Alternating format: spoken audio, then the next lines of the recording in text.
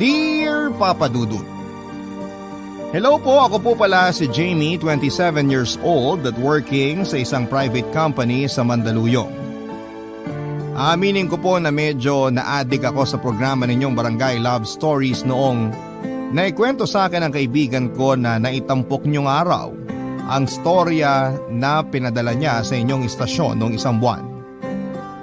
Simula noon ay naging interesado na po akong makinig sa mga kwentong binabasa ninyo sa tanghali. Sobrang gaganda po kasi papadudot ng mga sulat na pinapadala ng ating mga kabarangay kaya na-inspire po akong magpadala din po ng kwento ko. Papadudot, laki po ako sa isang religious family. Palasimba ang mga magulang ko at kasakasama nila ako sa church service namin kahit noong maliit pa lamang ako. May pagka-konserbatibo po ang parents ko pero mabait naman sila sa akin. Lalo na ang papa ko na isang teacher. Sa katunayan, sa kanya ko po naman ay yung hilig ko sa pagkakawang gawa kaya naman kung wala akong pasok sa opisina ay nagbobolontaryo ako sa simbahan namin. Sa barangay o munisipyo o di kaya ay sa mga private organizations sa Metro Manila. Maluwag po kasi sa dibdib ang pakiramdam kapag tumutulong ka sa mga nangangailangan. Sa paraang hindi ka nag-i-expect ng kapalit. Yun din po ang turo sa simbahan na kinalakhan ko at magpahanggang sa ngayon ay dala ko pa rin. Paulit-ulit din po ang sinasabi ng mga magulang ko na hindi ko kailangan maging mayaman upang makatulong sa kapwa.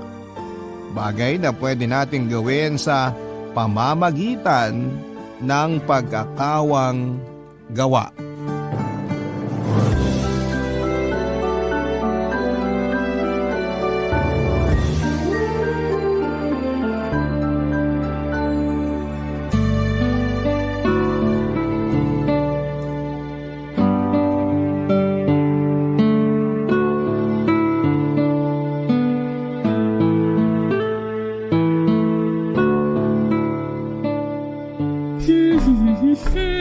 Good morning, Ma!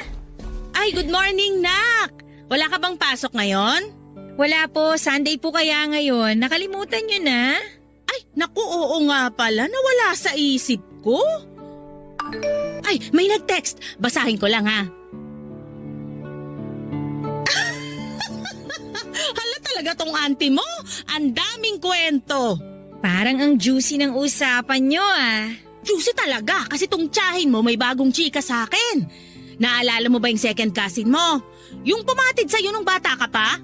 Opo, naalala ko po siya.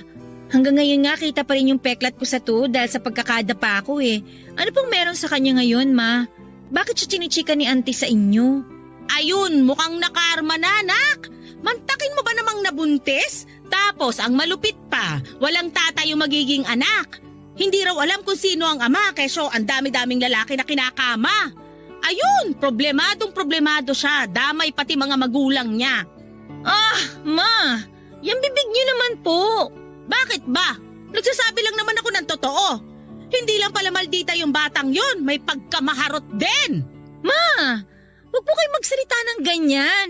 Kawawa na nga po yung tao Kayo na ang may sabi, problemado po sila. Hindi naman po yata maganda na pinagsasalitaan nyo sila ng ganyan. Ano bang mali sa sinabi ko? Wala naman, di ba? Totoo naman na maharot siya. Kasi kung hindi siya magpapabuntis kung kani-kanino. Ay, kung bakit kasi may ganyang klaseng mga anak? Naturingang babae, hindi marunong pangalagaan ng sarili. Sigurado, di rin naman nagkulang ang mga magulang niya sa kapapaalala sa kanya ng mga bagay-bagay. Pero siya tong suwael. Naniniwala po ako na may dahilan ng pinsan ko kung bakit siya ganun, Ma. May dahilan ba ang pagiging maharot? Akala ko inborn ng pagiging malande at makate. Ma, tumigil na nga po kayo. Hindi po nakakatulong mga panguhusga nyo. Tsaka bakit po kayo ganyan magsalita? Ang sasakit ng mga sinasabi nyo. Hindi naman po ganyan ang turo ng pastor natin sa simbahan Hindi nga, pero hindi rin naman tinuro ang magsinungaling. Kaya alam ko wala akong nilalabag na aral sa Biblia sa pagsasabi ng totoo. Malandi ang pinsan mo. Kawawa naman yung mga magulang niya na naghihikaw sa pagtatrabaho para lang pagtapusin siya ng pag-aaral. Tapos ganun lang isusukli niya? Napakawalang utang na loob. Ni hindi pa nga nakakatulong sa pamilya nila nagdagdag pa ng palamunin. Hey! Naku Jamie, mabuti na lang malayong-malayo ka sa pinsan mong yon kasi sinasabi ko sa'yo, wala nang direksyon ang buhay nun. Pariwara, sakit sa ulo, isa lang siyang palamunin. Ay. Kumain na po ba kayo, Ma? Hindi pa, bakit? Sabay na po tayo. Para naman magkalaman ang sikmura nyo at hindi yung kung ano-anong masasamang bagay ang lumalabas sa bibig nyo. Kilabutan naman kayo sa mga pinagsasabi nyo, Ma. Kita mo tong batang to. Kailan ka ba natuto magsalita ng ganyan sa mama mo? Kung maririnig ng papa mo yung tono ng pananalita mo sa akin, naku, pagagalitan ka nun. Kung kayo po ang maririnig ni Papa at kung paano nyo pinagsalitaan ng hindi maganda ang pinsan ko na pamangkin ninyo, ay nako, ewan ko na lang talaga, Ma. Nagsasabi nga lang ako ng totoo. Ano pong masama doon? I'm sure po na yung totoo na alam at sinasabi nyo, maliit na porsyento sa totoo talagang kwento at dahilan nila, Ma. Hindi nyo naman po nasusubaybayan yung pamilya nila. Tsaka wala naman kayong pakialam sa kanila dati, di ba? Tapos ngayon bigla kayo nagka-interest ng dahil lang sa kwentong narinig ninyo. Hindi po magandang ugali yan, Ma. Basta! Hindi ko na kailangang malaman pa ang buong katotohanan para hindi ako makapagsabi ng opinyon. Sapat na ang mga narinig ko. Hey! Hala, sige. Magluluto na ako ng almusal natin ng papa mo para sabay-sabay na tayong kumain. Pagkatapos mag-almusal, magsisimba tayo. Ipagdarasal ko na sana ambunan ng grasya ang pamilya ng pinsan mo para hindi naman puro kamalasan ang nangyayari sa kanila. Hey! Ganun yata kapag hindi malapit sa Diyos at palasimba. Ma naman magluto na lang po tayo ng almusal. Nagugutom na ako. Inuna nyo pa kasi ang pakikipagchismisan Ikaw na bata ka, ha? Sumusobra ka na talaga sa mama mo. Papa Dudut, hindi naman po talaga chismosa ang mama ko pero simula nang mag-pandemic ay naging hobby na po niya ang pakikipagchismisan online sa mga kaibigan at kapitbahay namin. Nung una ay wala namang kaso dahil sabi niya ay nakikipag-bonding lamang siya pero habang tumatagal ay parang nag-iba na po ang ihip ng hangin. Housewife po ang mama ko at bata pa lamang ay tutok na siya sa akin. May business naman siya kung saan ay nagbe-bake siya ng mga pastry products at binibenta niya online. Kaya kahit papaano ay may pinagkakabalahan siya sa bahay pag nasa work kami ni Papa. Kaya lang kapag madalang po ang orders, nagtetelebabad po si Mama. Kausap ang mga kaibigan niya abroad at dito sa Pilipinas. At ngayon na pwede nang lumabas ay may mga araw na nakikipag-meet siya sa mga ito para sumagap ng latest chismis. At yun nga po ang mga kwento na sinishare niya sa akin. Papa Dudut, wala naman pong kaso kung gusto lang akong i-update ni Mama sa mga nangyayari sa paligid niya kaso minsan. Kapag nagbibigay na siya ng opinyon tungkol dito tapos tipong hinuhusgahan na niya ang isang tao o pangyayari ay aaminin kong medyo na-stress ako. Masakit po kasing magsalita si Mama dahil prangka siyang tao. Pero kahit na alam kong sabi niya lang yon, ay hindi pa rin po magandang ugali ang magsalita ng hindi maganda, lalo pat hindi yun ang turo ng simbahan. Kapag may pagkakataon na na-overwhelm ako sa mama ko, nagiging takbuhan ko po si Kyle. Kaopisina ko siya at kaibigan na masugid ko ring manliligaw ng mga panahong yon.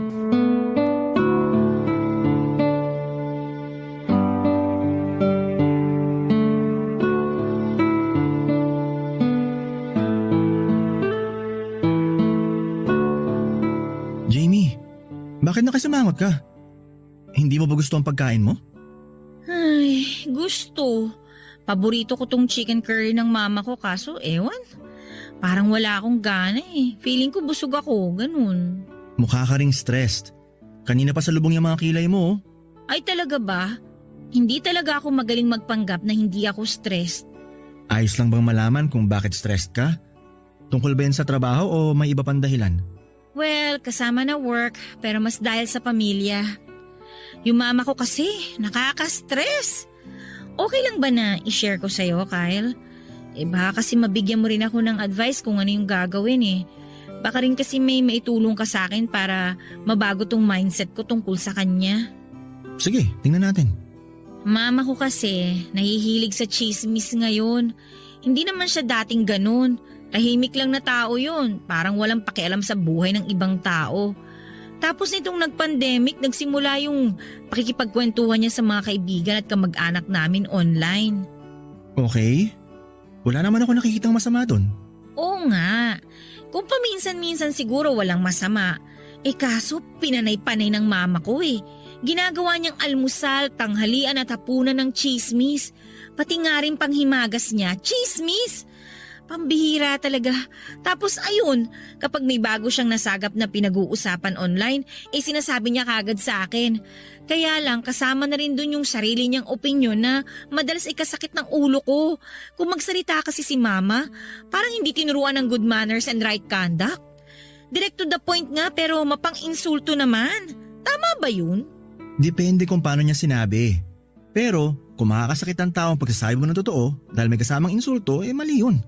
Iyon nga ang sinasabi ko sa kanya, na sige, nagsasabi lang siya ng opinyon, pero hindi pa rin tama na parang hinusgahan niya yung tao.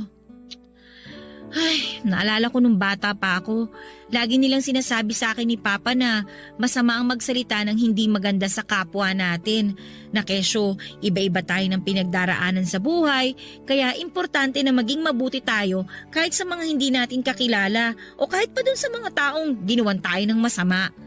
Kaya nga kahit ang hirap maging mabuting tao, araw-araw kong sinusubukan. Tapos biglang nawala sa isip ni Mama yung tinuro niya sa akin. Ba't naman ganun? Minsan nakakapagsalita talaga tayo ng hindi maganda dahil sa bugso ng damdamin. Pero hindi naman ibig sabihin nun masamang tao na tayo, Jamie. Siguro ang nangyari sa mama mo, nadala siya sa kwentuhan ng di sinasadya. I'm sure di magtatagal marirealize din ng mama mo na mali ng mga sinasabi niya sa iba. Sana nga ganun yun. Kasi kilala pa naman siya sa amin na palasimba. Tsaka alam naman natin na gulo lang ang dala ng pakikipagchismisan, di ba? Ayoko may makaaway ang mama ko na kung sino. Lalo pat hindi sanay ang pamilya namin sa skandalo. Sa tingin ko hindi naman naabot sa ganon. Basta alam ng mama mo limitasyon niya. Tuwing pagkatapos siya magsimba, baka nare-realize naman niya na sumusobra siya sa pagbibigay ng opinyon niya. Kaya maniwala ka sa akin. Magiging okay din ang lahat. Sabi mo naman hindi siya dating ganon. Kaya baka ngayon lang yan kasi pandemic. Ay. Thank you, Kyle ha. Kasi gumaan talaga yung loob ko dahil sa mga sinabi mo. Wala yun. Huwag ka na masyadong magpaka-stress. Kasi tingin ko di ka naman nagkulang. Pinapaalalahanan mo naman siya, di ba?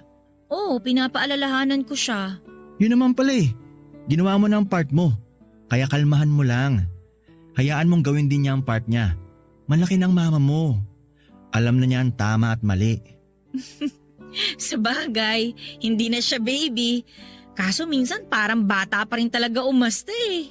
Ganun daw talaga pag tumatanda, nag-iisip bata. Seryoso ba? Sa iba raw, oo. Pero depende sa tao. Ay naku, mabuti pa kumain na lang tayo. Bigla akong ginanahang kumain. Aaminin ko po na medyo napaisip ako mabuti sa mga sinabi at pinayo sa akin ni Kyle, Papa Dudut. Siguro nga ay tama naman siya sa sinabi niyang hindi naman intensyon ni Mama na manira ng kapwa dahil alam naman ito ang tama at mali. Alam din ni Mama na hindi magandang gawain ang pakikipagtsismisan dahil aware naman tayo na madalas ay buhay ng ibang tao ang pinag-uusapan natin dito. Sadyang malaking dagok lamang po talaga ang pandemic dahil natutunan nating kumustahin ang isa't isa. Lalo na't walang kasiguraduhan ang buhay ng tao, lalo nitong nakalipas na 2 taon kung saan kasagsagan ng COVID-19. Sa kabilang banda ay gusto ko pong isipin na hindi kasanayan ni Mama ang pakikisangkot sa mga tsismisan dahil mahirap na pag nagkataon. Kaya nga hanggat maaari ay pinagsasabihan ko po siya at pinapaalala sa kanya ang mga turo ng simbahan na dapat niyang i-apply sa tunay na buhay. Isa na nga po doon ay yung huwag maging mapanghusga o mapanghamak ng kapwa dahil sino ba naman sa atin ang pinanganak na perpekto? Wala naman, hindi ba? Kaya lang hindi ko po akalain na pepersonalin ni Mama ang pagtawag ko ng pansin sa pagiging chismosa niya. Dahilan para madismaya siya sa akin at sabihan akong pakialamera. Barangay Love Stories. Barangay Love Stories. Simula nga po nang pansinin ko ang pagiging tsismosa ng mama ko at pagsabihan siya ay sumama talaga ang loob niya sa akin. May punto na hindi na niya ako kinakausap ng madalas kagaya dati kaya medyo nag-alala po ako. Napansin na rin kasi yun ni Papa kaya na-open ko po sa kanya ang mga nangyari. Sinabi lang niya sa akin na intindihin ko ang mama ko dahil yun din ang ginagawa niya kapag sa kanya naman ichinichismis ni mama ang mga kwentong nasasagap nito sa labas at sa social media. At dahil hindi ko naman po kayang tiisin ang mama ko kaya sinunod ko na lamang po ang payo sa akin ni Papa. Nagsorry din ako kay mama kung na-offend ko siya. Sinabi naman niya sa akin na ayos lamang daw dahil mali rin na nag-react siya kaagad. Eventually ay nagkasundo naman po kami, Papa Dudut. Sa opisina namin ay palagi po akong kinukumusta ni Kyle dahil alam niya kapag stress o may malalim na iniisip ako. At dahil ramdam ko po na mabuti siyang tao kaya tiwala po ako sa kanya na mag-share ng mga nangyayari sa bahay namin. Nabanggit ko na nililigawan din ako ni Kyle at nung panahon na yon, plano ko na pong sagutin siya. Mabait po si Kyle, maunawain at maalalahanin. Matyaga rin siya sa panliligaw niya sa akin at nararamdaman ko po na mabuti ang intensyon niya. Kaya nga hindi nagtagal, Papa Dudut ay opisyal ko na po siyang sinagot bilang boyfriend ko. Magaan po sa pakiramdam at masaya po ako ng mga panahon na yon, Papa Dudut. Bagay na gusto ko ring ibahagi sa mga magulang ko.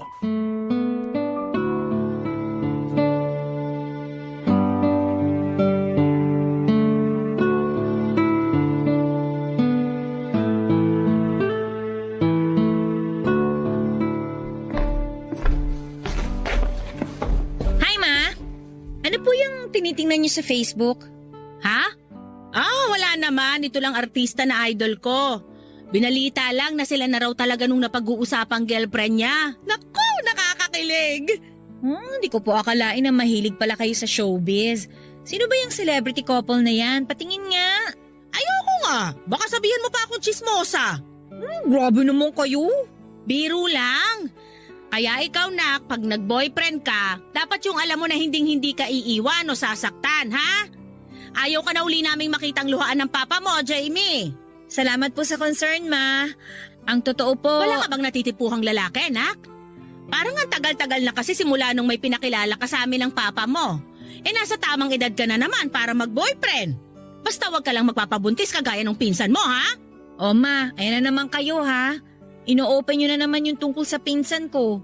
Kawawa naman po yung tao. Baka nasamid-samid na yun sa kababanggit nyo sa kanya. Wala akong magagawa dyan. Saka bakit ba ako na lang ang laging nakikita mo? Pinag-uusapan din naman siya ng iba nating kamag-anak ka. Tulad na lang nung auntie mo sa Cavite. Alarma siya sa nangyari. Kaya di siya magkanda-ugaga sa kakapangaral sa mga anak niya na mag-aral lang mabuti at wag muna mag-boyfriend. Puro pa naman babae yung mga anak ng tiyahin mo na yon, kaya takot na takot siya. Ang OA nyo naman, Ma. Hindi OA ang tawag doon, Jamie. Ikaw talagang bata ka, lagi mo na lang akong kinokontra. Hindi ko kayo kinokontra. Kayo kaya yung nagsisimula na naman. Kanina paboritong celebrity couple nyo lang ang kinukwento nyo, tapos tumawid na yung kwento kay auntie. Ganun talaga, sanga-sanga na yon. Damay-damay na kumbaga. Mabalik tayo sa'yo. Wala ka pa bang natitipuhang lalaki? Wala ka bang ipapakilala sa amin ng papa mo? Ay naku, Ma. Sasabihin ko na po sana kanina kaso hindi nyo po ako pinatapos. Aba, ako ba talaga ang may kasalanan? Ano ba sana yung sasabihin mo? Sasabihin ko lang po na may boyfriend na ako, Ma. Natatandaan niyo po ba si Kyle? Yung nabanggit ko sa inyo ni Papa na naniligaw sa akin, sinagot ko na po siya. Nako! Kung ganon, ano pang hinihintay mo? Pasko? Bagong taon? Kailan mo siya dadalhin dito sa atin para makilala na namin ang papa mo? Pwede ko naman po siyang dalhin dito sa bahay anytime, Ma. At saka gusto rin niya po kayo makilala ni Papa. Mabuti. Masaya ako para sa'yo, Nak. Ang kailangan na lang namin gawin ng papa mo kilatisin ang gusto yung lalaking nagpapatibok ng puso mo. Kung pasado ba siya sa panlasa namin o hindi. Huwag niyo po masyadong takutin yung boyfriend ko, Ikaw talaga? Anong akala mo sa nanay mo? Katulad ng mga kontrabida sa teleserye na pinapanood ko sa GMA?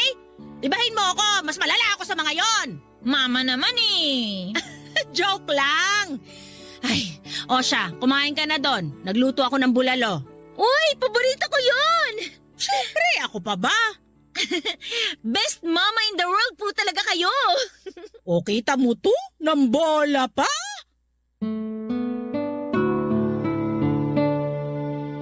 Hindi po si Kyle ang first boyfriend ko pero pakiramdam ko ay siya na ang last. Ang totoo ay nagkaroon na ako ng unang karelasyon pero hindi naging maayos ang breakup namin matapos niyang mag-cheat sa akin, Papa Dudut. Alam po ng parents ko ang pinagdaanan ko noon kaya naman naging overprotective sila sa akin. Matagal bago ako ulit na in love at naniwala sa true love. Kaya nga special po ang pag-iibigan namin ni Kyle dahil pakiwari ko ay siya na yung sagot sa matagal ko nang hiling na magkaroon ng mabuting karelasyon. At nang sabihin ko nga po kay mama na may boyfriend na ako at sinabi niya gusto nila ni Papa na makilala si Kyle ay na-excite po ako, Papa Dudut. Nag-set up po ako ng date kung kailan ko dadalhin sa bahay ang boyfriend ko. At nang dumating nga ang araw na yon ay kinilate siya ng husto ng mga magulang ko. Pero naging maayos naman po ang opisyal nilang pagkikita at naaalala pa nga ni Papa na minsan ko nang nabanggit sa kanila ang panliligaw ni Kyle. Kaya lang, Papa Dudut, akala ko po ay wala ng side comment si Mama dahil maayos naman ang pakikitungo niya kay Kyle noong kaharap niya ito. In fact, anak na nga kaagad ang tawag niya sa boyfriend ko. Pero pagkalipas lang ng ilang araw ay may mga pasari na siya na kesyo baka lokohin lang ako ni Kyle. Hindi kaya ay ipagpalit sa ibang babae kagaya ng ex-boyfriend ko. Naintindihan ko po na concern lamang siya sa akin pero bakit kailangan niyang sabihin? O di kaya ibigyan ng puwang yung ganong klase ng ideya out of nowhere. Hindi pa po doon natapos sa mga sinasabi ni Mama dahil concern lang siya sa akin, Papa Dudut, dahil ikinumpara rin niya ang pamilya ni Kyle sa pamilya namin.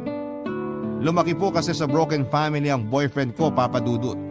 Para kay Mama, ayaw niyang matulad sa pamilyang pinanggalingan ni Kyle ang magiging pamilya namin sa hinaharap. Kesyo dapat daw ay humanap ako ng lalaki na kapareho kong mag-isip. Or sabihin na natin na katulad kong naniniwala sa kasagraduhan ng kasal at kahalagahan ng pamilya.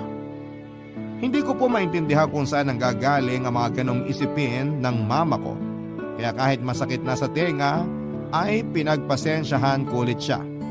Makalipas nga ang ilang araw ay nagsawa na lamang po si Mama sa mga pasaring niya kay Kyle.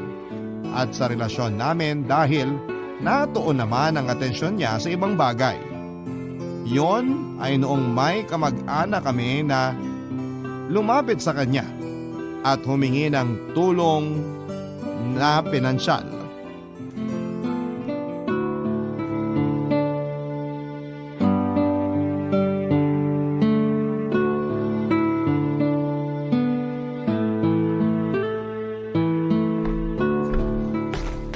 Good evening po, Ma.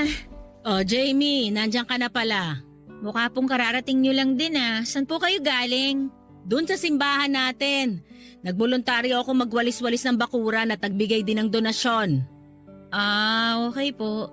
Alam mo ba, ang gaan sa loob kapag nagkawang gawa ka.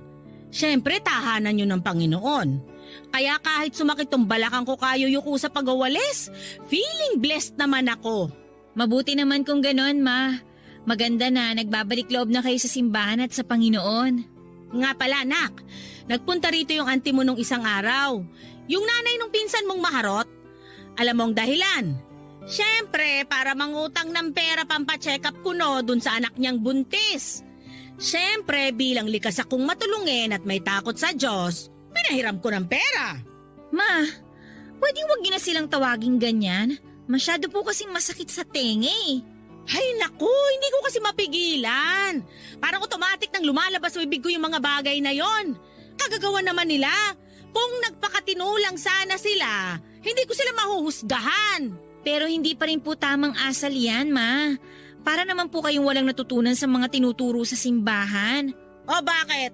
May narinig ba sila sa akin nung pinahiram ko ng pera, auntie mo? Wala! Kasi nga, mabuting tao ako. Maawain ako sa mga nangangailangan.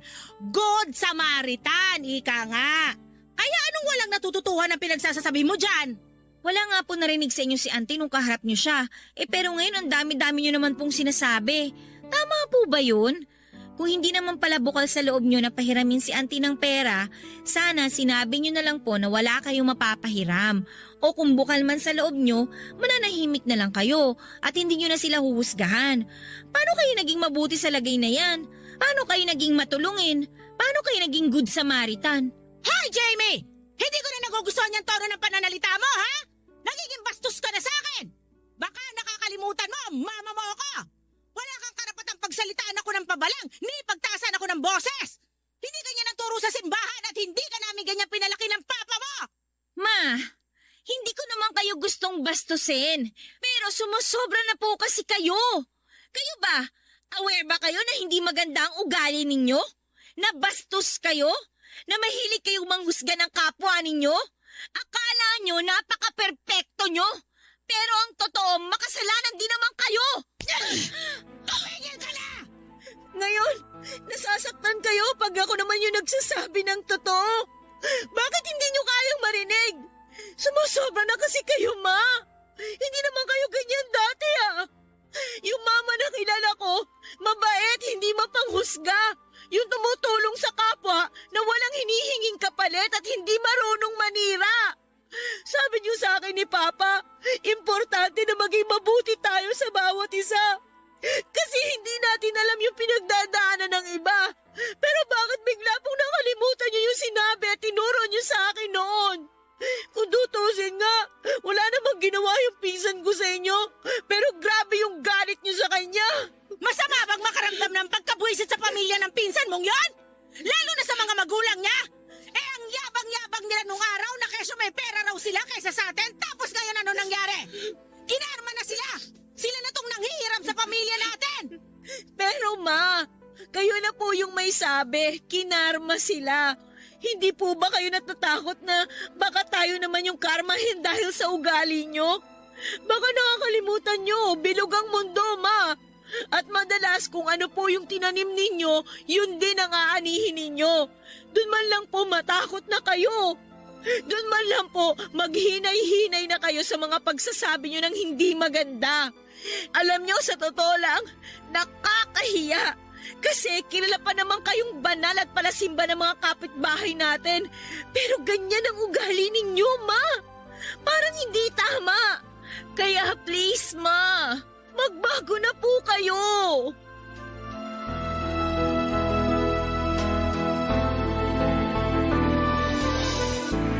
Siguro pagod lamang ako ng panahon na yon kaya hindi ko na rin po napigilang magsalita ng pabalang sa mama ko, Papa Dudut.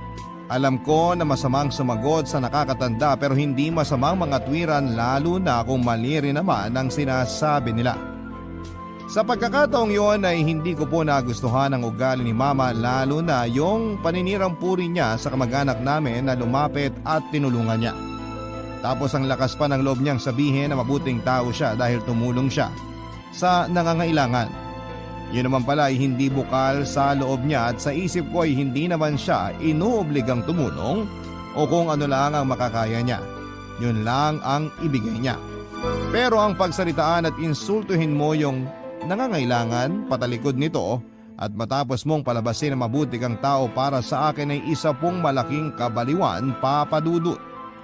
Siguro ay naipon na lamang po ang mga disappointments ko sa ugali ng mama ko kaya nakapaglabas na rin po ako ng sama ng loob sa kanya.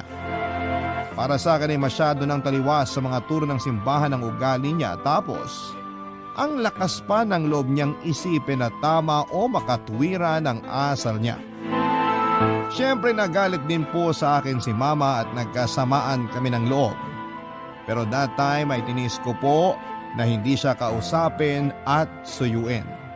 Pinanindigan ko na po na hindi ako natutuwa sa pag-uugali niya dahil iba sa sinasabi niya ang kanyang mga ginagawa noon. Papa Dudut. Barangay Love Stories. Barangay Love Stories. Papa Dudut, hindi po kami kaagad nagkabati ng mama ko dahil naging busy ako sa trabaho ng mga panahon na yon. Naging excuse ko rin ang madalas kong pag-overtime para hindi kami magpang-abot sa bahay. Pag uwi ko kasi ay natutulog na sila ni Papa. Tapos inaagahan ko na lamang ang alis ko para hindi na kami magkita pagising ko. Yun po ang unang beses na nagalit ako kay mama at ayoko siyang sanayin na mapapatawad ko siya kaagad dahil baka isipin niyang tama siya sa katwiran niya at mali ako dahil na-realize ko yon kapag ako yung unang nanuyo sa kanya. Kaya lang ay mabigat po sa dibdib na may kasamaan ng loob tapos ay magulang mo pa. Nang mga panahon na yon ay napansin po ni Kyle na malungkot at iritable ako kaya naikwento ko nga po sa kanya ang pinagtalunan namin ng mama ko. Nakinig lamang po si Kyle at inunawa niya ang mga sinasabi ko, Papa Dudut. Hindi niya ako ininterrupt pag nagsasalita ako at hanggat maaari iniiwasan niyang magbigay ng opinyon o payo pag hindi ko hinihingi. Isa lang yon sa maraming magagandang katangian ng boyfriend ko na nagustuhan ko sa kanya, Papa Dudut. Kaya nga ramdam ko na nasa tamang tao ako. Nung hindi ko na po alam ang sasabihin at gagawin ko ay saka ko po hiningi ang panig ni Kyle, Papa Dudut. Bagay na hindi naman niya pinagkait sa akin, Papa Dudut.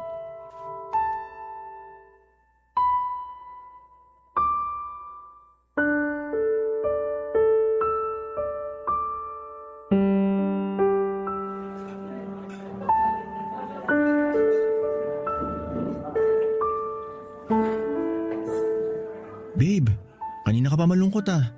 May problema ka ba? Ay, nagkatampuhan ulit kasi kami ni Mama. Pero this time, tinitiis kong wag makipagbati sa kanya. Pwede ko bang malaman kung anong dahilan?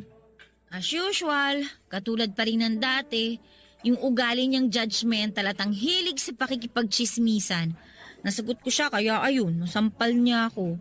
Pero kasi naman sumusobra na siya, hindi na matino yung pangangatwiran niya.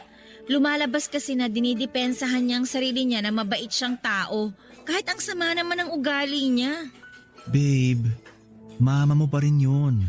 Kaya nga ako mas nalulungkot kasi mama ko siya. Ayoko na nagkakaganon siya. Hindi kasi yun maganda eh.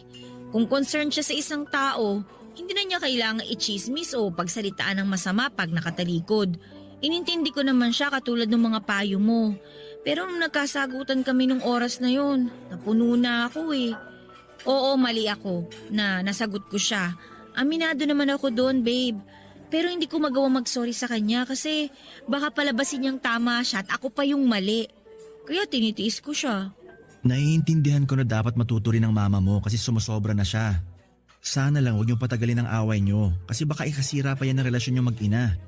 Alam ko naman na mahal mo ang mama mo, babe. Siyempre naman, mama ko yun.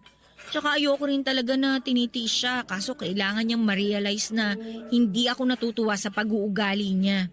Sino ba ang gusto niya magsabi sa kanya na mali ang ginagawa niya? Ibang tao pa ba? Dapat kusa yung manggagaling sa pamilya namin. Para sa loob pa lang ng bahay namin nakokorek na yun. Yun kaya lagi nilang sinasabi sa akin ni Papa, tapos magagalit siya pag pinagsasabihan ko siya. Dahil anak lang ako, ganun? Mali yung ginagawa ko dahil mama ko siya? Ganun ba yun? Kadalasan ayaw ng matatanda na pinagsasabihan sila na mas bata sa kanila. Ganyan din ang mama ko. Minsan minamasama niya kapag pinapayuhan ko siya. Anong ginagawa mo para ma-realize niya ang mga sinasabi mo sa kanya? Inuulit ko lang din sa kanya mga sinabi ko. Tinatsaga ko para ma-realize niya ang punto ko. Pero pag sobrang close-minded na siya, hindi ko na muna ipinipilit. Minsan nagugulat na nga lang ako na siya na mismo nakaka-realize na tama ako at mali siya. Pride lang din kasi nila yon dahil nga hindi sila sanay na pinagsasabihan. Akala kasi nila porque magulang natin sila, alam na nila ang lahat. Siyempre kung concerned sila sa atin, concerned din tayo sa kanila. Yung ibang anak nga dyan, hindi na pinagkakaabala ang pagsabihin ng parents nila kasi feeling nila alam na ng mga magulang nila ang tama at mali. O kaya naman, wala lang talaga silang pakialam sa mga nanay at tatay nila. Pero hindi naman lahat ng mga anak katulad nila. Meron din kagaya natin. Kaya nga ang maipapayo ko lang, kung hindi ma-realize agad ng mama mo, bigyan mo lang ng time. Malay mo may mangyari, tapos masabi niya na tama ka pala at mali siya. Ang magagawa ko na lang ngayon ay ipag-pray ang mama ko. Alam ko naman na hindi ako nagkulang sa kanya bilang anak. At pag sinabi ko kay Papa ang tungkol dito, siguradong kakampihan niya ako. At saka alam mo, sa totoo lang, ayoko rin naman na hindi kami nag-uusap ng mama ko eh. Kasi ngayon pa lang na ilang araw kaming hindi nag-iimikan, miss na miss ko na siya. Huwag mong tiisin ng matagal ang mama mo. I'm sure namimiss ka rin niya. Feeling ko rin nga, ako kaya ang paborito niyang anak. Bukod sa wala talaga siyang choice kasi wala naman akong kapatid. Yan din sanang sasabihin ko. Naunahan mo lang ako. Thank you babe ha. Kung wala ka, baka hindi gumaan ang loob ko. Pasensya ka na rin kung puro konsumisyon ko sa mama ko ang nagkukwento ko sa'yo. Wala namang kaso yun, babe. Masaya ako na napapagaan ko ang loob mo. Papadudot muli ay napaisip po ako sa mga ipinayo sa akin ng boyfriend ko. Kaya naman consider ko po na makipagayos na sa mama ko. Sabi ko naman mabigat sa dibdib ang may kasamaan ng loob lalo pat parents natin yon. Hanggat maaari ay ayoko rin pong tumagal ang tampuhan namin ni mama dahil mahal na mahal ko po siya. Kaya nga after ng work that day ay dumiretso po ako ng simbahan para ipagdasal na sana'y hipuin ang kamay ng Panginoon ang puso ng mama ko upang hindi siya madaig ng dyablo para hindi siya maging certified chismosa at mapanghusga sa kapwa. Magaan po ang loob ko na lumabas ng simbahan ng araw na yon, dala-dala yung pag-asa na diringgin ng Diyos ang panalangin ko. Kinagabihan, plano ko pong makipagbati na kay mama pag uwi ko pero wala pong tao sa bahay namin, papadudot. Nung unay nagtaka ako tapos ay kinain ako ng matinding kaba nang mag-ring ang cellphone ko at nakita ko ang pangalan ni Papa sa caller ID. Aandap-andap ang dibdib ko nang sagutin ko ang tawag at mas lalo akong nanlumo nang sabihin ni Papa na nasa ospital daw sila ni Mama dahil dinala raw niya ito doon matapos niyang matapilok sa hagdanan ng bahay namin habang bumababa dahilan para dumaus-us siya at mabalian ng buto. Dali-dali po akong pumunta sa kinakaroonan nila at awang-awa ako sa mama ko. At nang makita ko naka-wheelchair siya at inaalalayan para maihiga sa kama, kinailangan niyang magstay pa ng ilang araw sa ospital para magpagaling kaya todo asikaso naman po ako. Matapos kong mag-file ng leave sa company namin.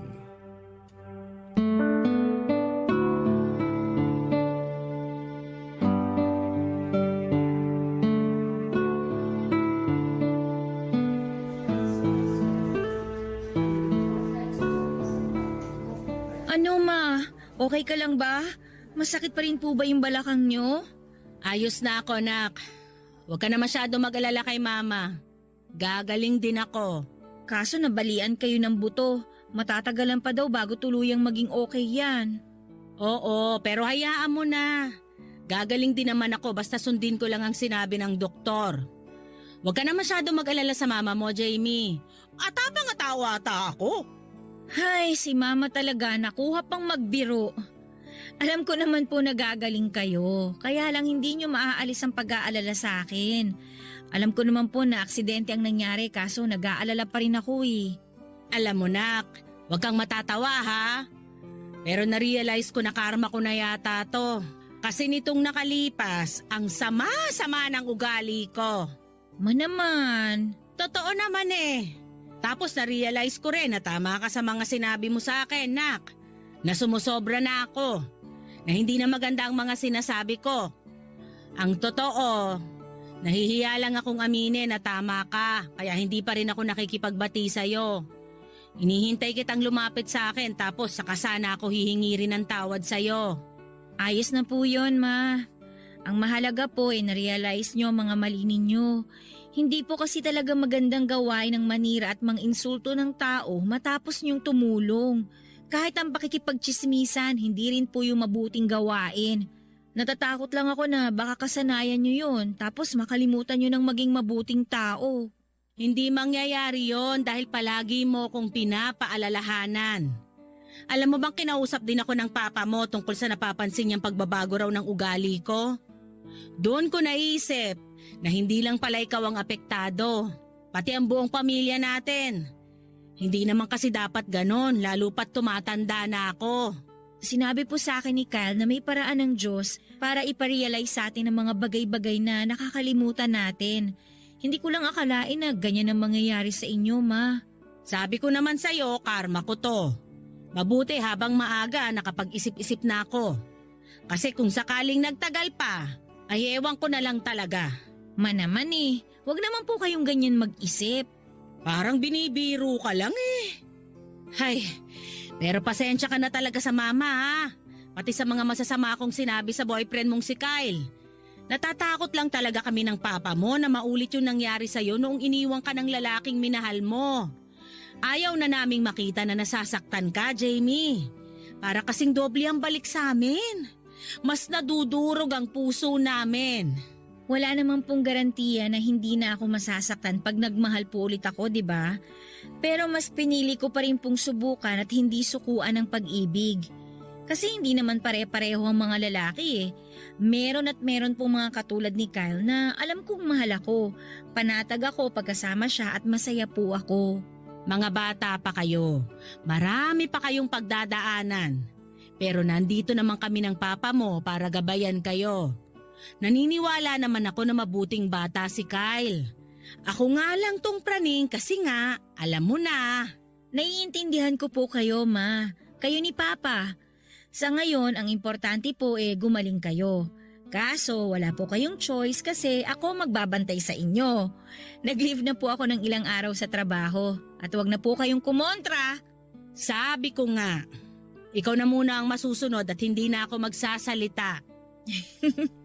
Magsalita pa rin po kayo, Ma. Namiss ko na po yung mga kwento nyo. Basta wag lang po puro chismis ang ikukwento nyo, ha? Sobra ka na sa mama mo ha? Ma, sorry po ha kasi nasagot ko po kayo. Pasensya ka na sa mama kasi nasampal kita. Hindi ko na uulitin. Dapat kasi mas naging maunawain ako at hindi nagpadala sa bugso ng damdamin. I love you, Ma. I love you too, anak. Papa Dudut, wala pong pagsidla ng kasiyahan na nararamdaman ko ng panahon na yon dahil bati na kami ni Mama. Kahit po gano'n ang naging ugali niya sa mga nakaraan ay mahal na mahal ko po sila ni Papa. Masaya ako kasi unti-unti na niyang binabago ang hindi magandang asal na katangian niya sa sarili niya. Opo, walang ipinanganak na perpekto sa mundo. Lahat tayo ay may hindi magagandang ugali pero araw-araw ay pwede po tayong magbago hanggang sa kasanayan nating maging mabuting tao. Yan po ang patuloy kong ginagawa sa kasalukuyan, Papa Dudut. Kindness, ika nga nila. Hindi yun matutumbasan ng kahit na anong yaman sa mundo at hindi rin po mananakaw sa'yo. Sa kasalukuyan, going stronger pa rin kami ni Kyle at kasakasama ko rin po siyang magsimba at mag-serve sa church namin every Sunday. Kasundong-kasundo rin po niya ang parents ko, Papa Dudut, lalo na si Mama. Para siyang nagkaroon ng anak na lalaki sa katauhan ng boyfriend ko. Mapalad ako dahil ibinigay ng Panginoon sa akin si Kyle pagkatapos kong mabigo sa unang pag-ibig ko. Kaya nga lagi namin sinisiguradong dalawa na ang Ama ang sentro ng aming pag-iibigan upang makaya naming lagpasan ang mga pagsubok sa buhay na ibabato sa amin. Maraming salamat po, Papa Dudut, sakaling mapili po ninyong itampok ang story ng buhay ko at sana tulad ng inaasahan ko ay kinapulutan po ito ng aral at inspirasyon ng ating mga kabarangay. God bless po sa Barangay Love Stories and more power. Ang inyong forever kapuso at kabarangay, Jamie. Dear Papa Dudut, mapagpalang araw sa inyong lahat. Ako nga pala si Lena, 30 years old at isa sa mga masusugid ninyong tagapakinig sa Spotify ng Barangay Love Stories. Kaya naman na-inspired din po ako magpadala ng kwento sa inyo. Neto lang nakaraan ay naganap ang lahat ng ibabahagi ko sa inyo. Ito ang naging dahilan ng malaking pagbabago sa akin. Hindi po ako mahilig sa commitment. Lagi akong takot kapag usapang commitment na, Papa Dudut. Gusto ko ay casual lang. Lagi akong nakatambay sa mga online dating site para makahanap ng mga papayag sa gusto ko. Casual lang. One night stand. Kasama tuwing nalulungkot kapag nag-iisa. Yun lang naman ang hanap ko. Kapag may gusto ng something more, syempre, atras kagad ako. Aminado kong emotionally unavailable akong tao, Papa Dudut. Kaya siguro tinuruan ako ng leksyon ng Diyos. Nakilala ko sa isang online dating site si Jonathan. Mas bata siya sa akin ng 3 taon. Alam niya kung ano ang pinasok niya at hindi naman siya humiling ng kahit na ano. Gusto lang din niya ng laro. Gusto lang din niya ng kasama at laro. Pinayagan ko yun. Unang pagkikita pa lang namin ay may nangyari na kaagad sa amin. Nagkaroon kami ng koneksyon, pero sa kama lang. Masaya naman siyang kasama, kaya naulit ng ilang beses ang pagkikita namin na lahat ay nauuwi sa pagsisiping. Maganda talaga ang koneksyon namin sa kama. At iyon ang naging dahilan para aksidente niya akong mabuntis. Hindi kami nag-ingat dahil nadala kami ng init ng katawan. Hindi ko yon natanggap kaagad. Hindi naman ako handang maging ina pero nangyari na. Ayaw ko namang ipalaglag dahil para sa akin ay wala namang kasalanan ang nasa sinapupunan ko. Dahil dito, Papa Dudut, ay kinausap ko si Jonathan tungkol sa ipinagbubuntis ko, Papa Dudut.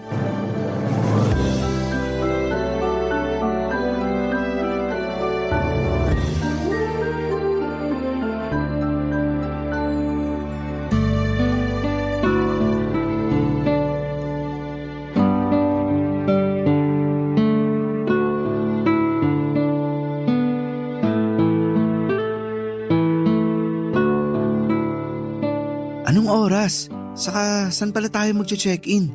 Hindi mo sinabi sa akin sa chat. Mag-usap muna tayo. Sige, order lang ako ng beer natin. Asan ba yung waiter dito? Bawal sa akin ng beer. Orange juice na lang. Kailan pa naging bawal sa'yo ang beer? Ginagawa mo na ng tubig ang alak kapag nagkikita tayo eh. Dati yun, iba na ngayon. Bakit biglaan na ata ang pagbabago mo? Hindi ako ready. Buntis ako. So, hindi na tayo pwedeng mag-check-in? Narinig mo bang sinabi ko? Oo, buntis ka mo. So hindi na tayo pwede mag-ano? Di ba bawal yun kapag may baby na sa tiyan? Hindi mo man lang ba tatanungin kung sinong ama ng dinadala ko? Ako ba o iba? Malamang ikaw! Alam mo namang ilang buwan na tayo nag-aano. Malay ko ba kung may on the side ka pa dyan? Seryoso ako, Jonathan. Totoong buntis ako at ikaw ang ama. Eh di congrats sa akin. Magiging ama na ako. Hindi ako nakikipaglokohan hindi to prank. Alam ko, Ba't ganyan ang reaksyon mo sa binalita ko? kasi masaya ako. Masaya? Hindi planado tong pinagbubuntis ko. Ako lang ba ito nagpapanik sa sitwasyon natin? Hindi ko nga alam kung bakit ka nagpapanik. Malaking blessing ang isang sanggol. Pues hindi ako ready sa blessing na to. Kaya kung may kilala kang santo na malapit sa Diyos, dasalan mo na para bawiin to. Uy, wag naman. Gusto ko pang maging tatay. Paninindigan ko yan. Seryoso ka ba, Jonathan? Hindi biro tong pinagbubuntis ko. Malaking pagbabago to sa buhay natin. Ano naman ngayon? Balang araw naman magiging nanay ka at magiging tatay din ako. Maaga lang nangyari sa atin, pero nakatadhana na to. Sigurado ako. Nakatadhana akong mag-rescue ng mga aspin at maging cool na tita, hindi maging ina.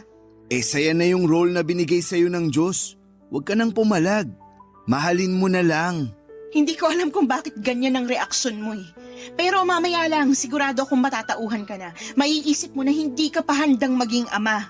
Malabo yan. Gusto ko talagang maging ama.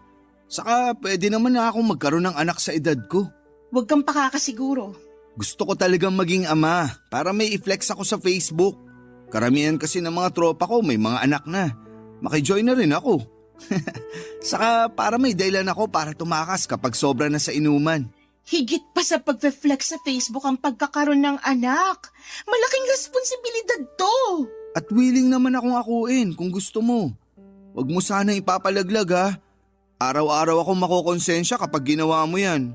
Alam ko karapatan mo bilang babae kung gusto mong ituloy ang pagbubuntis mo o hindi. Pero sana may isip mo na hindi ka naman nag-iisa sa pagharap niyan. Andito ako. Kami ni nanay. Ipapakilala kita sa kanya. Magugustuhan mo siya. Jonathan! Ramdam ko na natatakot ka. Siguro mamaya makakaramdam din ako niyan.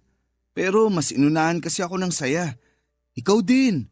Baka mamaya maging masaya ka na sa bagong blessing na dumating sa buhay natin.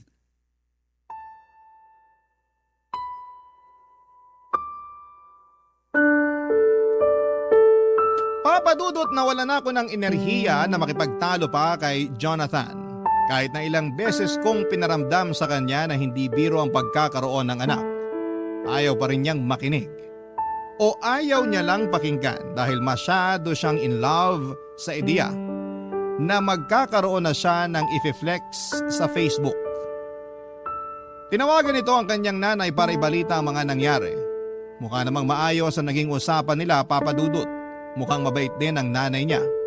Pagkatapos noon ay sinabi ni Jonathan na gusto ng nanay niya na tumira muna ako sa kanila habang nagbubuntis ako. Gusto nilang alagaan ako at ang magiging anak ko. Aaminin ko na na-touch ako sa mga sinabi ni Jonathan. Yun kasi ang unang beses na may trumato sa akin na parang isang pamilya. Wala kasi akong nakagisnang magulang. Lumaki ako sa tiyahin ko at noong mismong dibo ko ay kinausap na niya ako para umalis na sa bahay niya. Hindi na raw niya ako kayang buhayin pa. Nasa tamang edad naman na raw ako para makapagtrabaho.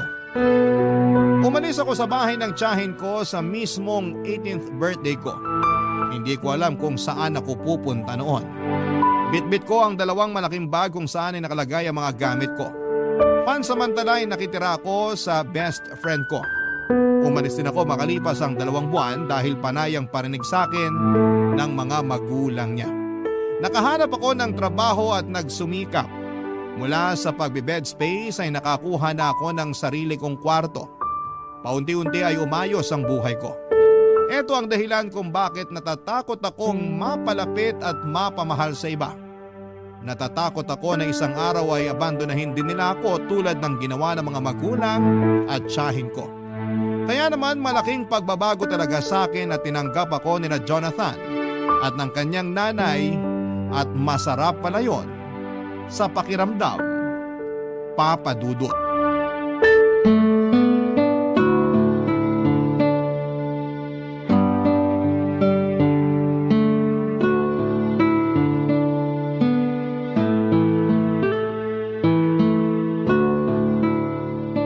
Ikaw pala si Lena. Opo, tita. Nanay na lang ang itawag mo sa akin. Magkakaapo na ako sa inyo, kaya dapat magulang na rin ang trato mo sa akin. Salamat po, nanay. Ayan, 2 na ang anak ko. Ayos lang po ba talaga sa inyo na tumira ako rito? Oo naman. Ako nga tong nangulit kay Jonathan na dito ka tumira. Lalo na nung nalaman ko na umuupa ka lang daw ng kwarto. Tama ba? Opo, yun lang kasi yung kaya ng sahod ko eh. May mga kasama ka ba ron na tenants? Marami po, paupahang mga kwarto talaga yun. Naku, sakto palang kinuha na kita rito. Hindi makakabuti kung napapaligiran ka ng maraming tao. Maniwala ka sa akin. Mabilis ma-stress ang mga buntis. Dito ka na lang talaga. Mas maaalagaan ka pa namin ni Jonathan. Nasan po ba si Jonathan? Hindi kasi siya nagre-reply sa mga chat ko. Pabalik na yon. Pinabili ko lang ng merienda natin at saka ibang kailangan mo. Ay, nakakahiya naman po. May pera naman po ako. Ako na lang pong gagastos sa mga pangangailangan ko. Ay hindi pwede. Hati kayo ni Jonathan. Pag lumabas ang bata, sisiguraduhin ko naman na si Jonathan na ang magtatrabaho para masustentuhan lahat ng pangangailangan ng apo ko. Hindi ko naman po pwedeng iasa sa kanyang lahat eh. Kawawa naman siya. Makakapagtrabaho pa rin naman ako, makakapag-ipon pa para panghanda sa panganganak ko at sa iba pang mga pangangailangan naming mag-ina. Lena, naisip ko lang. Paano kaya kung pagkatapos mong manganak ay huminto ka na sa trabaho? Para naman matutukan mo ang anak mo. Wala ka naman po problemahing bayarin sa upa kasi libre na ang lahat dito para sa'yo. Pero Gusto ko pa rin po sanang may trabaho para mas malaki ang maipon namin ni Jonathan para sa anak namin. Iba na talaga ang henerasyon ngayon, ano? Nung panahon kasi namin, kailangang huminto sa pagtatrabaho ang mga nanay para may magbantay sa mga anak. Kaya ko naman pong pagsabayin. Ay nako, sa una lang yan. Pero kapag nahawakan mo na ang anak mo, halos ayaw mo nang bitawan at ayaw mo na ring bumalik sa trabaho. Lagi mong mamimiss. Lagi kang mag-aalala. Marami akong pamangkin na ganyan ang nangyari. Saka ko na po siguro po problemahin kapag nandun na ako. Sa ngayon, gusto ko pa rin pong magtrabaho para may maiabot naman po ako sa inyo kahit papaano. Hindi mo kailangan akong abutan. Ano ka ba? May pinagkakakitaan naman ako. Ipunin mo na lang para sa anak mo. Salamat po, tita. Anong tita? Di ba nanay na ang itatawag mo sa akin? Hindi pa rin po ako sanay. Sanayin mo na. Kasi magtatampo ako sa'yo kapag hindi. Wala po kasi akong tinawag na nanay mula pagkabata. Kaya parang ang hirap sanayin ng dila ako na banggitin ng salitang yan. Nakwento nga sa akin ni Jonathan. Kaya pinilit ko talaga siya na kunin ka rito. Kailangan mong magkaroon ng isang ina para alam mo kung paano maging ina sa magiging anak mo. Salamat po, nanay. O kung may kailangan ka, huwag kang mahihiyang magsabi sa akin. Ituring mo akong isang ina. Salamat po. Nay, Lena, nakabili ako ng merienda. Okay bang paglihian mo tong inihaw na mais at taho? Bakit naman ikaw ang magdidesisyon sa paglilihian ni Lena? Hindi ba pwede yun?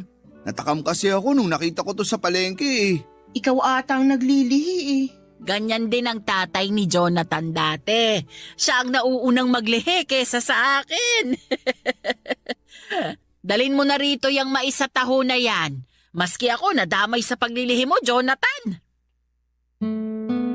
Nagkatawanan at nagkantsawan pa ang mag-ina habang hinahanda ni Jonathan ang merienda namin, Papa Dudut. Napangiti na lamang ako. Ganito pala ang pakiramdam na mapabilang sa totoong pamilya. Tahimik lang ako noon at pinagmamasdan silang dalawa. Ang saya nilang tignan. Hindi ko yon naranasan.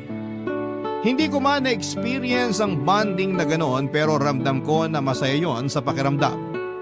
Kita ko naman sa mga mata nilang dalawa na maganda ang koneksyon nilang mag-ina. Nagkakwentuhan na rin kami tungkol sa pamilya ni Jonathan. Nalaman ko na 10 years old pa lamang si Jonathan nang mamatay ang tatay nito. Isang seaman, malaki naman ang naiwang pera sa kanila. Sapat para masustentuhan ang pag-aaral ni Jonathan hanggang kolehiyo. Pero hindi na rin nakapagtapos ng kolehiyo si Jonathan dahil tinamad na ito. Tinanggap na lamang yon ng nanay niya. Ang nanay niya ay isang retired na guro sa elementarya. Hindi na kasing laki tulad ng dati ang hawak nilang pera, pero sapat lamang ang meron sila para sa simple at komportableng buhay. Si Jonathan naman ay nagtatrabaho bilang ahente ng mga sasakyan. Marami akong nalaman tungkol sa kanilang pamilya. Masaya ako sa mga nalaman ko. Naisip ko na safe ang magiging anak ko sa poder nila. Ramdam ko. Kaya naman ang bilis lang din gumaan ang loob ko sa kanila, Papa Dudut. Sa pagdaan nga ng mga araw ay mas lalong tumitindi ang saya ko. Sa wakas ay nagkaroon na ako ng pamilya. Siguro nga ay totoo ang sinabi ni Jonathan. Malaking blessing ang sanggol sa aking sinapupunan dahil sa pinagbubuntis ko ay nabless ako ni Lord ng pamilya sa katauhan ni nanay at ni Jonathan. May mahihiling pa ba ako? Parang wala na. Kontento na ako sa piling nila at sa direksyon ng buhay ko. Barangay Love Stories. Barangay Love Stories. Papa Dudut, mabilis lang na lumipas ang mga buwan. Nakapanganak na ako sa wakas at babae ang isinilang ko. Malusog at hindi ako binigyan ng problema habang nagle-labor. Pinangalanan namin siyang Mika. Sinunod ko sa pangalan ng best friend ko. Mula nung isinilang ko si Mika, mas dumoble ang pag-aasikaso ng nanay ni Jonathan sa akin. Tinuro niya sa akin lahat ng kailangan kong malaman sa pag-aalaga ng sanggol. Mas kaya pa nga niyang patahanin ang anak ko kesa sa akin. Sanay na talaga siya at hindi pa rin daw niya nakakalimutan ang pag-aalaga ng sanggol dahil halos lahat ng pamangkin niya ay siya rin ang nag-asikaso. Mahilig kasi sa bata ang nanay ni Jonathan. Nakita ko naman yon kung paano niya mahalin si Mika. Pansamantala nga ay ang nanay ni Jonathan ang katabi ko sa kwarto. Para mabantayan niya si Mika, si Jonathan naman nung lumagpas ng 1 buwan ng baby namin ay nakitulog na rin sa kwarto. Sa sahig siya natutulog papadudot. Katabi ko pa rin sa kama ang nanay niya. Natatakot kasi ang nanay ni Jonathan na baka maipit nito ang baby namin. Malikot daw kasi si Jonathan matulog. Totoo naman. Ilang beses ko na yung na-experience kahit nung hindi pa ako nabubuntis. Alam na alam talaga ng nanay ni Jonathan kung paano kami alaga ang mag-ina. Habang buhay kong ipagpapasalamat na napunta ako sa kanila. Ang tanging naging problema ko na lamang ay si Jonathan. Napansin ko kasi na after kong manganak ay parang tinamad na siyang mag-alaga ng anak namin. Hindi ko naman siya inuobligang gawin oras-oras ang pag-aalaga. Pero napansin ko kasi na parang umiiwas siyang gawin yon. Papadudot.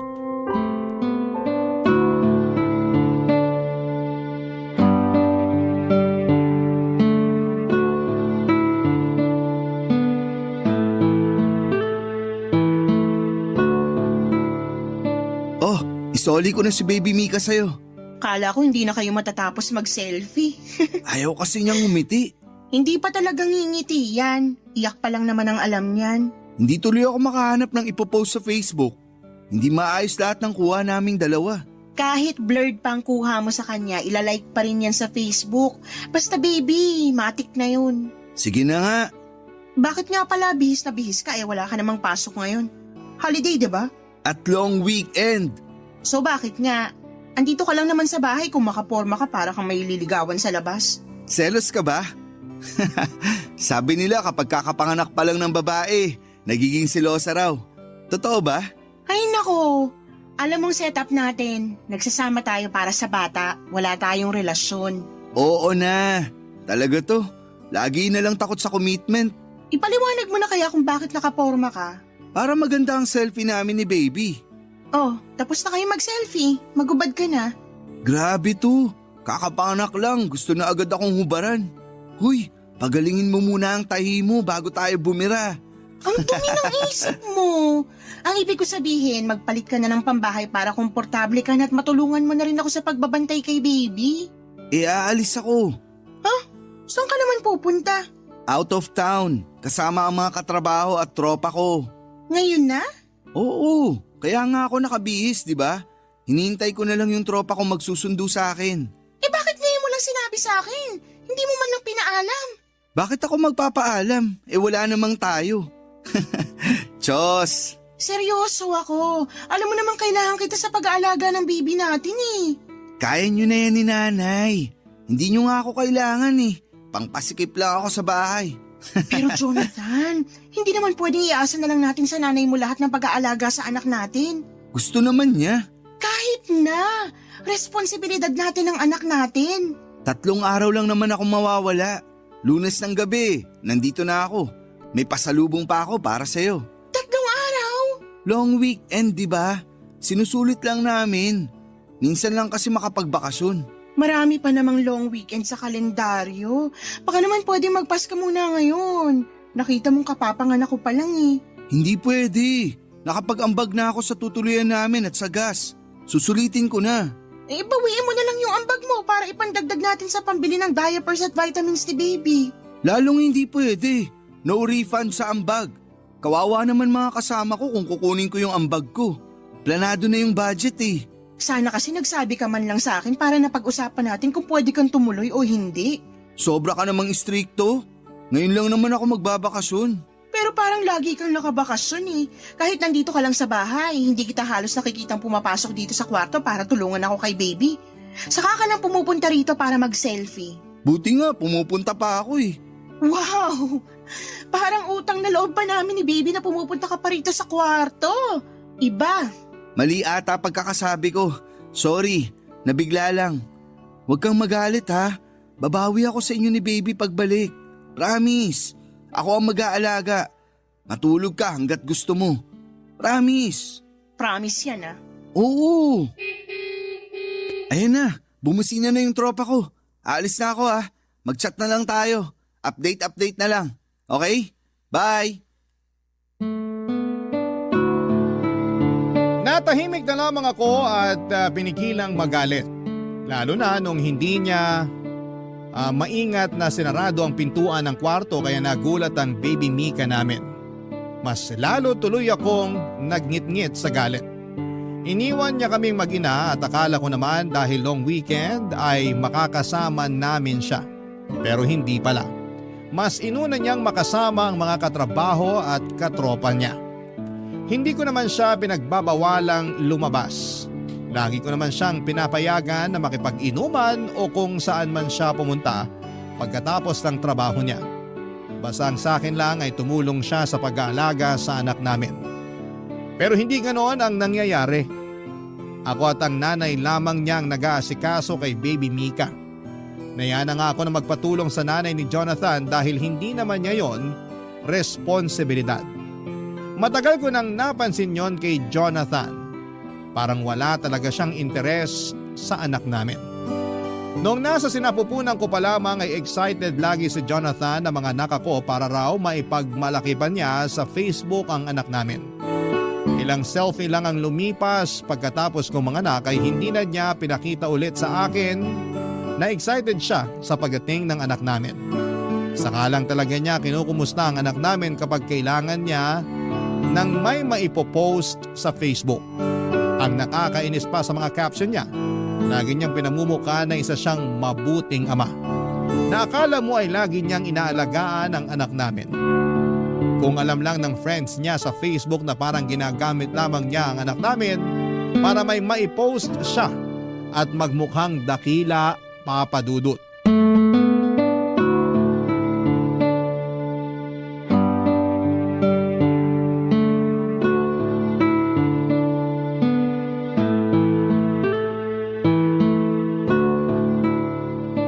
Lena, Bakit? may sasabihin ako. Nakita mo ba yung mga medyas ni baby? Nawawala yung ibang pares eh. Hindi ko alam. Tanong mo na lang si nanay. Siya naman yung naglalaba. Pwedeng ikaw na lang ang magtanong o kaya tulungan mo akong hanapin dito. Baka nandito lang sa cabinet eh at naihahalo sa ibang damit. Huwag mo nang pahirapan ang sarili mo. Itanong na lang natin kay nanay. Lagi na lang tayo nagpapatulong at nagtatanong sa nanay mo. Mahiya naman tayo. Ang simple lang nitong paghahanap ng mga pares ng medyas. Kaya na natin to. Tulungan mo ako. Kailangan na ba niya? Sana. Ang init pa kaya? Lamigin ang paan ng anak mo. Hindi mo ba alam? Ngayon ko lang nalaman. Hindi ka naman kasi nagtatanong. Mukhang mauuwi na naman to sa away ah. Ano ba yung sasabihin mo? Ano kasi? May bagong labas na cellphone. Oh, tapos? Gusto ko sanang bumili. Sira na ba yung cellphone mo? Hindi pa naman. Eh di wag ka munang bumili. Hindi praktikal eh. Tulungan mo na akong hanapin yung mga pares ng medyas ng anak mo bago siya magising. Mas importante to. Mas importante ang cellphone mo kaysa malamigan ng paa ng anak mo? Hindi naman yan ang ibig kong sabihin. Mali lang ako ng nagamit na salita. Pero kailangan ko talaga ng bagong cellphone. Para saan nga? Kung parehas lang naman ang purpose sa dati mong cellphone, mas maigi na wag ka na munang bumili. Nagsasayang ka lang ng pera. Ipunin mo na lang para sa future na pangangailangan ng anak natin. Puro na lang anak natin. Paano naman ang kailangan ko? Ano? Sana mali ang rinig ko sa sinabi mo. O sana mali lang ulit ang pagkakagamit mo ng salita. Ang pangit ng dating sa akin eh. Gusto ko lang ng bagong cellphone. Sobrang luma na ng cellphone ko. Mabilis nang malobat. Mabilis malobat kasi panay Facebook at online games ang ginagawa mo. Luma na kasi talaga. Magastos sa kuryente kung lagi ako nagcha-charge. Saka hindi maayos ang camera nitong luma kong cellphone. Kaya ang pangit tuloy ng mga selfie namin ni baby. Alam mo, sige na lang. Bumili ka na lang ng cellphone. Kahit ano pang klaseng cellphone yan o kahit ilang cellphone pa. Bumili ka na. Ayoko na makipagtalo sa'yo. Tulungan mo na lang akong hanapin yung mga pares ng medyas ng anak mo. Teka lang, pag-usapan muna natin tong cellphone ko. Ano pa bang dapat pag-usapan? Bumayad na ako, diba? Kahit ngayon din, bumili ka na. Pero wala akong pera. Bakit mo sinasabi sa akin na kailangan mo nang bumili ng bagong cellphone tapos wala ka naman palang pera? May konti ako na itabi, pero pangbakasyon ko sana yun sa susunod na long weekend. Diretsuhin mo ako. Baka pwedeng pairam muna ng pambili ko ng cellphone. Hindi pwede. Ikaw ang gagamit, kaya ikaw ang gumawa ng paraan para bumili. Huwag mo idamay ang pera ko. Ibabalik ko rin naman. Nilaan ko yung ipon ko para sa pangangailangan ng anak natin, lalo't hindi pa ako sigurado kung babalik pa ako sa trabaho o maghahanap ako ng ibang pagkakakitaan. Bad trip naman. Ano ka mo? Wala.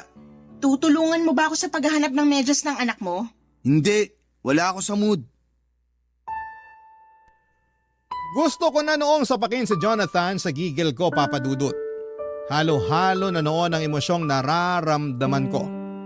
Hindi nakakatulong sa postpartum ang pinapakitang kabalbalan ni Jonathan sa akin. Nagmadali siyang lumabas ng kwarto at saka malakas na sinarado ang pintuan. At dahil doon ay nagising ang anak namin. Nahirapan na tuloy akong pabalikin sa pagkakatulog si baby. Hindi ko na rin nagawa ang dapat kong gawin dahil kailangan kong patahanin ang anak namin. Hindi ko na alam ang uunahin ko. Kung ang baby namin o magalit sa inaasal ni Jonathan. Doon ko nakita kung gaano ka-immature si Jonathan. Para siyang bata na hindi binigyan ng pangbili ng candy. Gusto kong magsumbong noon sa nanay niya pero ayoko namang magkaroon sila ng away dahil sa akin. Kaya naman sinubukan kong intindihin pa ang tatay ng anak ko. Kaya lang Papa Dudut, habang tumatagal ay mas lalong lumalala noon ang ipinapakitang asal ni Jonathan sa akin. Hindi na rin siya nagsiselfie kasama si baby. Hindi na rin niya hinahawakan pa ang anak namin. Ni pansinin kapag pumapasok sa kwarto ay hindi niya ginagawa. Lumamig na rin ang pakikitungo niya sa akin. Hindi ko na alam ang gagawin ko noon para manumbalik ang koneksyon namin. Kaya naman naglabas ako ng pera at inabot sa kanya. Doon naman ay natuwa siya. May pambili na siya ng cellphone niya at pinangako niyang babayaran niya yon kaagad sa akin. Pero hindi naman niya ginawa yon. Ako tuloy ang nagkakaroon ng problema sa ibang pangangailangan ko at ng anak namin dahil nasa ang ipon ko para ibigay sa kanya para may pangbili siya ng bago niyang cellphone. Barangay Love Stories. Barangay Love Stories. Papa Dudut, sinubukan kong tiisin ang pinapakitang pangbabaliwala ni Jonathan sa akin.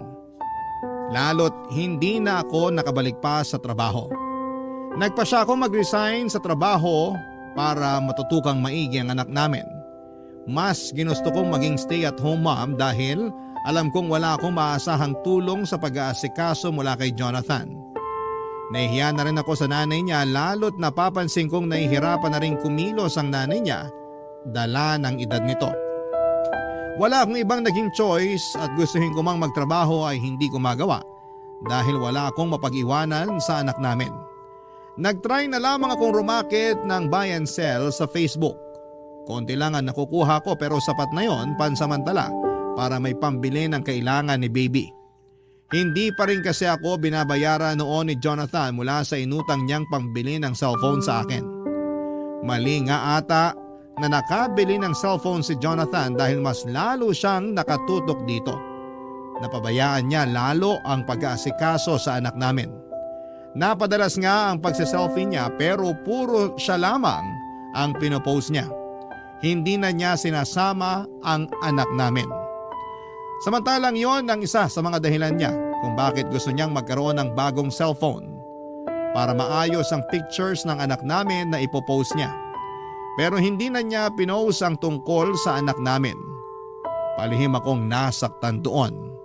Pero sinubukan kong baliwalain dahil mas kailangan kong maging matatag para sa anak namin.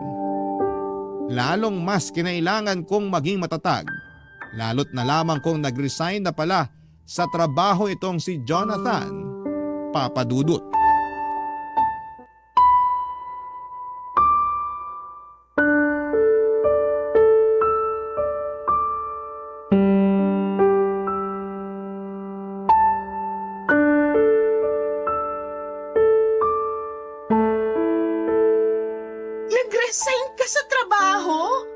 nga, paulit-ulit.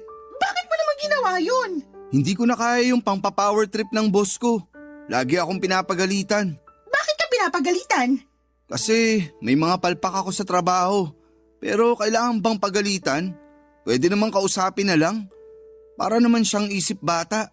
Lagi na lang mainit ang ulo niya sa akin kapag nagkakamali ako. Kahit sinong boss naman siguro magagalit kapag may palpak na ginagawang mga empleyado niya. Pero walang personalan. Parte yun ang trabaho niya eh. Sigurado namang lilipas din yun. Gusto ka lang niyang matuto. Di ko naman kailangan ng advice mo. Pinapaliwanag ko lang sa'yo. Grabe ka naman, Jonathan. Nag-resign ka pa talaga kung kailan naman wala rin akong trabaho. Ikaw din naman nag-resign ah. Pinagalitan ba kita? Nag-resign ako para may mag-alaga sa anak natin. Baka nirarason mo lang yan kasi ayaw mo na magtrabaho. Andiyan naman si nanay na mag-aalaga ng baby natin. Bakit di mo na lang siya gamitin? Kasi nakakahiya na iaasa sa nanay mo yung responsibilidad natin kay baby Mika. Hindi naman siya nagre-reklamo. Ikaw lang tong gumagawa ng issue. Hihintayin pa ba natin na magreklamo siya? Jonathan naman. Sana pinag-isipan mo munang mabuti bago ka nag-resign. Saan tayo kukuha ng panggasto sa anak natin? Mukha namang may ipon ka pa, no? Doon muna. Wala na akong ipon. Di ba binigay ko sa'yo para pangbili ng cellphone mo? Bakit parang naniningil ka na, ha? Wala pa akong pambayad. Kita mong kaka-resign ko lang sa trabaho. Hindi ko na inaasahan na magbabayad ka. Kasi kung gusto mo talaga magbayad, sana dati pa. Kung alam ko lang na isusumbat mo sa akin yung pinautang mo, sana hindi ka na lang nagpairam. Sana nga hindi na lang eh. Para may pera pa ako para sa mga kailangan ng anak natin. Ngayon, wala na. Wala na yung ipon ko. Pareho pa tayong walang trabaho. Paano na to? Meron pang pera si nanay. Iaasa na naman natin sa kanya. Apo naman niya yan. Gagastusan niya yan. Grabe ka. Huwag na tayong magtalo. Nangyari na eh. Pakiusap maghanap ka na agad ng trabaho. Kailangan natin ng pera ngayon. Pahinga muna ako sa trabaho. Dito muna ako sa bahay. Jonathan! Huwag mo naman sana akong pilitin na magtrabaho kung hindi pa ako ready. Nasak din ako sa pagkaka-resign ko sa trabaho. Bigyan mo ako ng time na makamove on. Hindi tayo hihintayin ng mga bayarin, Jonathan. Tayo mag-a-adjust sa mga gastusin. Tandaan mo yan. Hindi kasi ganun kadaling maganap ng trabaho. Ayun naman pala eh. Sana yan ang naisip mo bago ka nag-resign. Wala eh. Nangyari na. Maliligo lang ako saglit. Pwede bang ikaw na muna magpalit ng diaper ni baby? Kailangan ko mag-relax sa banyo. Nasa sala lang si nanay. Teka, tatawagin ko.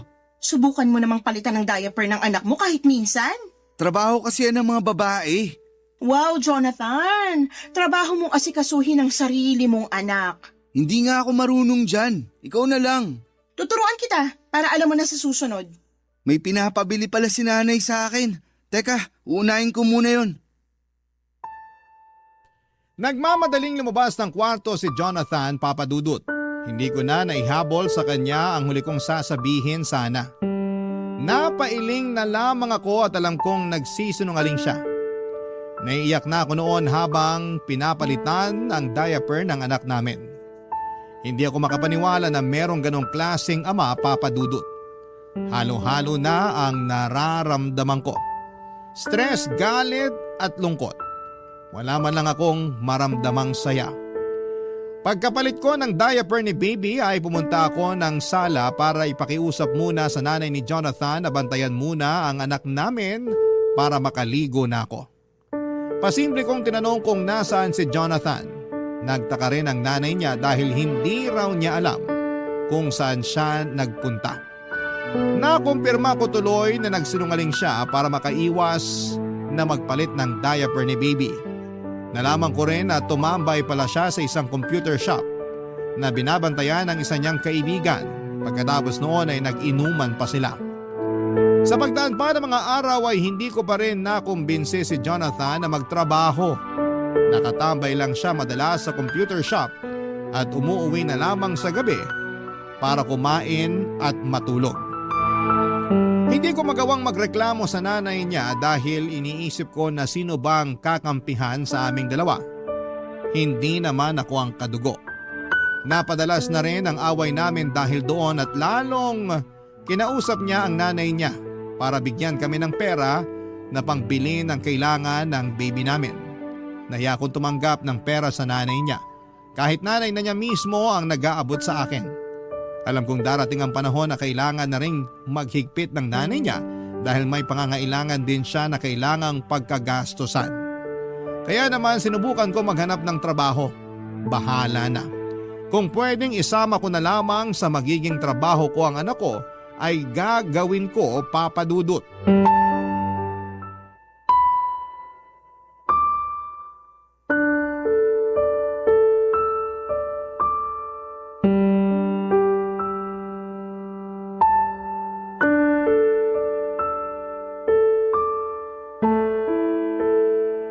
Lena, mag-usap tayo.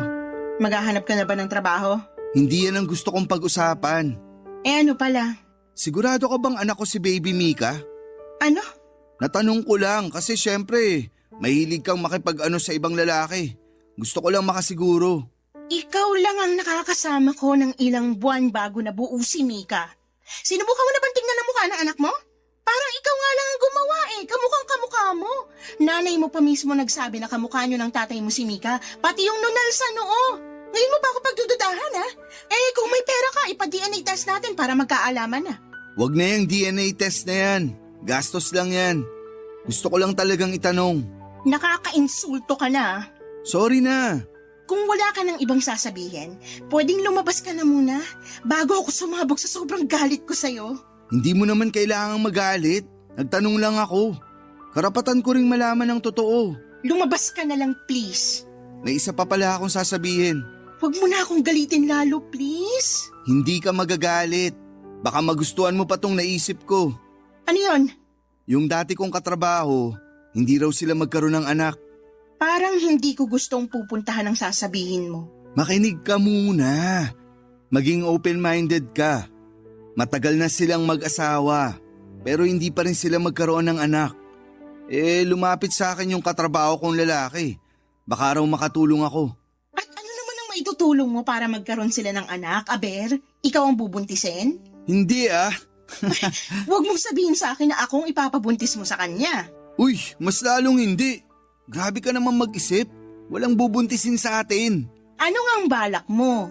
Yung iniisip ko kasi, sakto lang para hindi na tayo mamroblema sa gastusin kay baby. Kasi napapansin ko, lagi ka na lang stress at malungkot dahil kay baby. Walang kinalaman si Baby Mika sa stress at lungkot na nararamdaman ko. Akala mo lang yun. Pero sobrang stressful talaga ang magkaroon ng anak. Lalo kung hindi pa handa yung magulang, di ba? Anong pinupunto mo? Hindi ba pumasok sa isip mo na ipaampon na lang natin si baby? Ano? Makinig ka muna bago ka magalit. Hindi ko na kailangan makinig para hindi ako magalit. Hindi effective. Galit ako sa lahat ng sinasabi mo. Yung katrabaho ko kasi, nakwento ko sa kanya na pwede niyang ampunin si baby para maalagaan at mabigyan ng magandang future. Kasi hindi natin kayang gawin yun, di ba? Pareho tayong walang trabaho. Tapos, wala ka pang kasamang mag-aalaga sa kanya. Hindi ako makapaniwala na naisip mo yan. Gusto ko lang maging praktikal. Paano ba natin bubuhayin ang anak natin? Pareho tayong walang pera. Grabe ka, Jonathan. Grabe. Pumayag yung katrabaho ko na ampunin si baby. Sabi nga nila, baka mag-abot pa sila ng 5K sa atin para pasasalamat. Mag-a-update naman daw sila lagi sa kalagayan ni Baby Mika para makampante tayo. Saka Lena, bibigyan tayo ng 5K. Ayaw mo pa nun?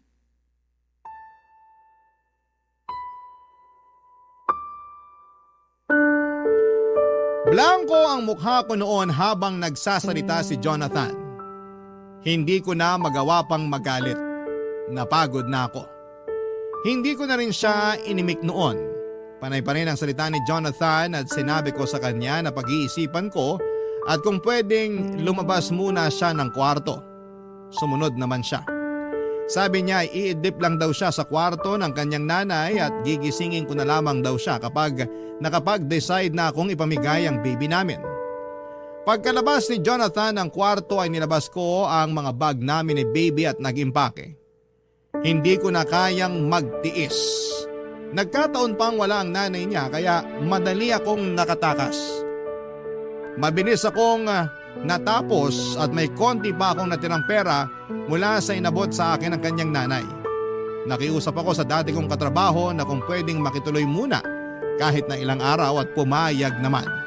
Kaya mas lalo akong ginanahan na umalis dahil merong tutulong sa akin. Nang mailagay ko na sa taxi lahat ng gamit namin ni Baby ay dahan-dahan akong pumasok sa kwarto para kunin ang cellphone ni Jonathan. Tulog pa siya. Malalim pa ang tulog at tinanggal ko ang SIM card niya at saka nireset ang cellphone at saka yon kinuha. Doon ako nagmadaling umalis nang walang paalam sa kanya. Pero nag-iwan ako ng sulat para sa nanay niya. Nagpasalamat ako sa lahat ng tinulong niya sa akin at sinabi ko lahat ng sama ng loob ko sa kanyang anak. Ang sulat na yon ay nagawa ko matagal na at hindi ko alam kung kailan ko yon maiaabot sa kanya. At dumana nga ang araw na pwede ko nang ipabasa sa kanya ang sulat na yon. Dinikit ko yon sa ref at pagkatapos noon ay lumabas na kami ni Baby Mika ng bahay at saka sumakay na sa taxi. Binenta ko ang cellphone ni Jonathan para may pera akong dagdag sa pagsisimula ko. Mabuti na lamang at napenta ko kaagad sa dating katrabaho ko. Ginamit ko ang perang yon para makapagsimula ng maliit na negosyo. Unti-unti ay lumakas ang negosyong yon at nakatayo na akong muli sa sarili kong mga paa. Tinulungan ako ng Diyos na makabangon. Mabilis ang pagbangon ko dahil nakita ng Diyos na nahihirapan ako. Sa ngayon, Papadudot, ay masaya akong umuupa ng isang maliit na apartment at hawak ko ang sarili kong oras dahil sa pinili kong negosyo. Wala na rin po akong balita pa kina Jonathan at mas minabuti kong huwag nang makibalita pa dahil isa na siyang nakasaradong kabanata sa buhay ko. Maraming salamat po sa pagbasa ng aking liham at sana po ay nagsilbing inspirasyon ng aking pinagdaanan para sa mga single mom na katulad ko na masugid na nakikinig sa inyo. Ang inyong kapuso at kabarangay forever, Lena.